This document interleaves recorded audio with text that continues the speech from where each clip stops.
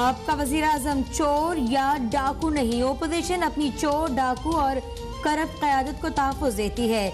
इसके जाली बयानी का डटकर मुकाबला करो, इसे आईना दिखा दो, किसी सूरत अपने ऊपर हावी न होने दो। वजीर आजम इमरान खान की पार्टी और हुकूमती तर्जुमानों को नई गाइडलाइंस। वजीर आजम ने मौशी सूरत-ए-हाल पर इज़हार इत्मीनान करते हुए तर्जुमानों को फाइनेंस बिल पर इबहम दूर करने की हिदायत कर दी। कहा 2 अरब रुपए की टैक्सेस को बढ़ा चढ़ाकर पेश किया जा रहा है। अवामी सतह पर बताया जाए कि डॉक्यूमेंटेड इकॉनमी मुल्की मफाद में है। पाकिस्तान के ज़र मुबादला के ज़खायर 25 अरब डॉलर तक पहुँच गए, लेकिन इस पर कोई बात नहीं करता। वज़ीर आज़म इमरान खान ने साल 2019 में 98 लाख रुपए से ज़ायद इनकम टैक्स दिया। सदर नून लीग शहबाज शरीफ ने 42 lakh, chairman Peoples Party Bilawal Bhutto ने 5 लाख, साबिक सदर आसिफ अली जरदारी ने 22 लाख रुपए टैक्स जमा कराया। FBR अवामी नुमाइंदों की टैक्स तफसीलात सामने ले आया। वज़ीर ख़जाना शौकत तरीन ने 2 करोड़ 66 लाख, असद उमर ने 42 लाख, शाह महमूद कुरैशी ने 8 लाख 51 हज़ार, फवाद चौधरी ने 1 लाख 36 हज़ार रुपए टैक्स दिया। PTI के नजीब हारून सबसे ज्यादा 14 करोड़ 7 लाख रुपए टैक्स जमा कराने वाले रुकने पार्लिमान बन गए।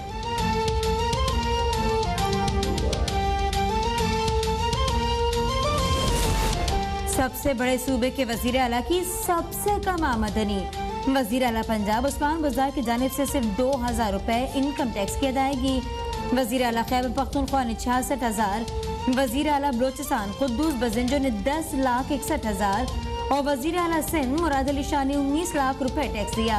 स्पीकर असद कैसर ने 5 लाख 55 हज़ार, चेयरमैन सेनेट सादिक संजरानी ने तकरीबन 14 लाख रुपए टैक्स दिया।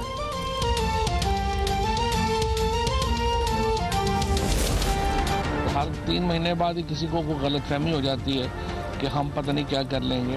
इमरान खान पहले भी वाजे कर चुके हैं, हम एक एहतसाब के एजेंडे के ऊपर जो है वो इलेक्शन जीते हैं कि हम एहतसाब के अमल से पीछे हट जाएं और अपोजिशन फिर ही कोई बात करेगी, ये नामुनासिब। टैक्स की अदायगी में अरकान पार्लिमान को आवाम के लिए मिसाल बनना होगा। जब तक टैक्स रेवेन्यू इकट्ठा नहीं होता मुल्क तरक्की नहीं कर सकता। वज़ीर ख़जाना शौकत तरीन ने वाज़ेह कर दिया, कहा किसी को हरासा नहीं करेंगे, लेकिन टैक्स सबको अदा करना होगा। शनाख्ती कार्ड के जरिए पता लगाएंगे कि किसकी कितनी इनकम है। टैक्स सिस्टम में शफाफियत और आसानी के लिए इक़दाम कर रहे हैं।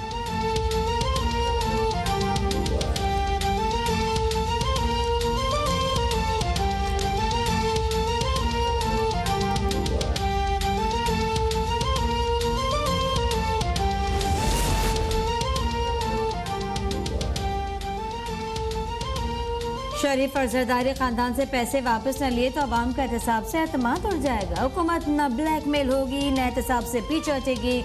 वजीर इत्तलात फवाद चौधरी का 2 टोक मौक़िफ़। सियासी यतीमों की पनागाहें कौमी जमातें नहीं कहलाती, कौमी जमातें RTS बिठा के इक़्तिदार में नहीं आती। तर्जुमान नून लीग मरियम औरंगजेब ने फवाद चौधरी को जवाब दे दिया। कहने लगी पर्चियों, सिफारिशों, भर्ती कोटे से फैज़याब होने वाले कुछ अरसे बाद बेरोजगार और सियासी यतीम बन जाएंगे। PMLN के 9 खुफिया अकाउंट्स जो हैं वो पकड़े जाते हैं, जिसमें से सिर्फ आज तक उन्होंने 2 की बैंक स्टेटमेंट्स फराहम की हैं। 9 खुफिया अकाउंट्स जो कि छुपाए जाते हैं, जो इलेक्शन कमीशन में जमा नहीं करवाती PMLN, उसमें से सिर्फ 2 की बैंक स्टेटमेंट्स उन 9 खुफिया अकाउंट्स के पकड़े जाने के बाद 2 की बैंक स्टेटमेंट जमा करवाते हैं। नून लीग और पीपल्स पार्टी के पास करोड़ों रुपए की फंडिंग का कोई रिकॉर्ड नहीं। वज़ीर इत्तलात फरूख हबीब का दावा। इलेक्शन कमीशन से तमाम जमातों के फंड्स मंजर-ए-आम पर लाने का मुतालिबा। कहा नून लीग के 9 खुफिया अकाउंट्स पकड़े गए। नून लीग 62 करोड़ में से 98% रकम का कोई रिकॉर्ड नहीं दे सकी। पीपल्स पार्टी और पीपल्स पार्टी पार्लियामेंटेरियंस के एक दूसरे को रकूम मुंतकिल करने का भी इंकशाफ हुआ है।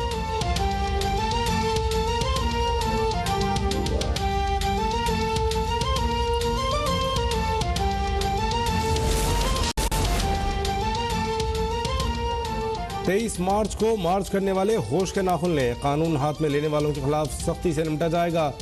वफाकी वज़ीर दाखिला शेख रशीद और वज़ीर आला पंजाब उस्मान बुज़दार का इत्तेफाक। वज़ीर आला पंजाब उस्मान बुज़दार से स्पीकर पंजाब असम्बली चौधरी परवेज़ इलाही और वफाकी वज़ीर मोनिस इलाही की भी मुलाकात। वर्किंग रिलेशनशिप को मज़ीद मजबूत बनाने और बल्दियाती इंतखाबात में मुश्तरका उम्मीदवार लाने पर मुशावरत।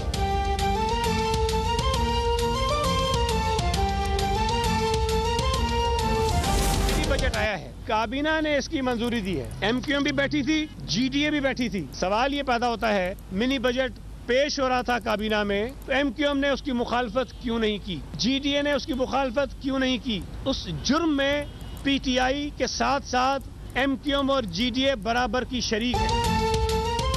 सिंध हुकूमत की एक बार फिर ओपोजिशन को बल्दियाती बिल पर मुज़ाकरात की पेशकश। वज़ीर इत्तला सिंध सईद गनी ने कहा, एहतजाज सियासी जमातों का हक है, लेकिन ओपोजिशन को चाहिए कि वो खौफनाक महंगाई पर वफाकी हुकूमत के खिलाफ भी बाहर निकले।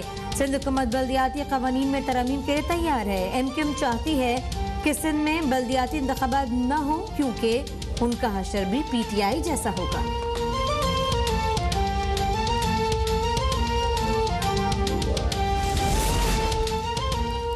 सिंध में बल्दियाती तरमीमी बिल के खिलाफ जमात इस्लामी का धरना चौथे रोज भी जारी रहा। एहतजाज में खवातीन की बड़ी तादाद की भी शिरकत। जमात इस्लामी की जानिब से बल्दियाती बिल के खिलाफ सिंध हाई कोर्ट में भी दरख्वास्त दायर। हाफिज नईमुर रहमान ने वाजे कर दिया कि पीपल्स पार्टी को सिंध के वसाइल पर कब्जा नहीं करने देंगे। हुक्मरानों ने धरने के शुरका को हटाया तो शहर भर में धरने होंगे।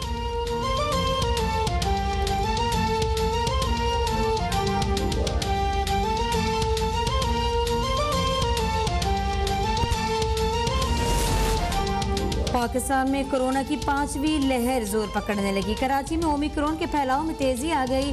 3 रोज में मस्बत केसेस की शरह 2 से बढ़कर 6%। मुल्क भर में मस्बत केसेस की शरह 1.5% रिकॉर्ड। 24 घंटे में मजीद 708 अफराद ने कोरोना की तस्दीक। 2 अफराद जाँ बहक। NCOC का सूरत-हाल पर इज़हार तशवीश। शहरियों को फौरी कोरोना वैक्सीन लगवाने की हिदायत। मुल्क भर में 30 साल या उससे ज़ायद उम्र के अफराद को बूस्टर डोज लगाने का आगाज।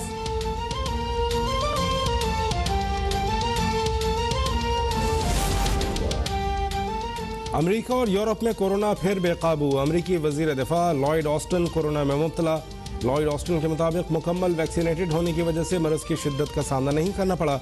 अमेरिका में गुज़श्ता 24 घंटों में कोरोना के 1,08,000 से ज़ायद केसेस रिपोर्ट।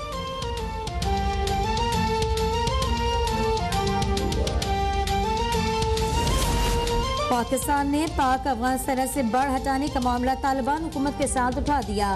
वजीर खारजा शाह महमूद कुरैशी ने कहा कि कुछ शरपसंद इस मामले को उछालना चाहते हैं। उम्मीद है अफगान हुकूमत जिम्मेदारों के खिलाफ कार्रवाई करेगी। भारत की मुखालफत के बावजूद सार्क सरबराही कॉन्फ्रेंस इस्लामाबाद में होगी। 2021 में खारजा पॉलिसी को जियो पॉलिटिक्स से जियो इकोनॉमिक्स पर मुंतकिल कर दिया।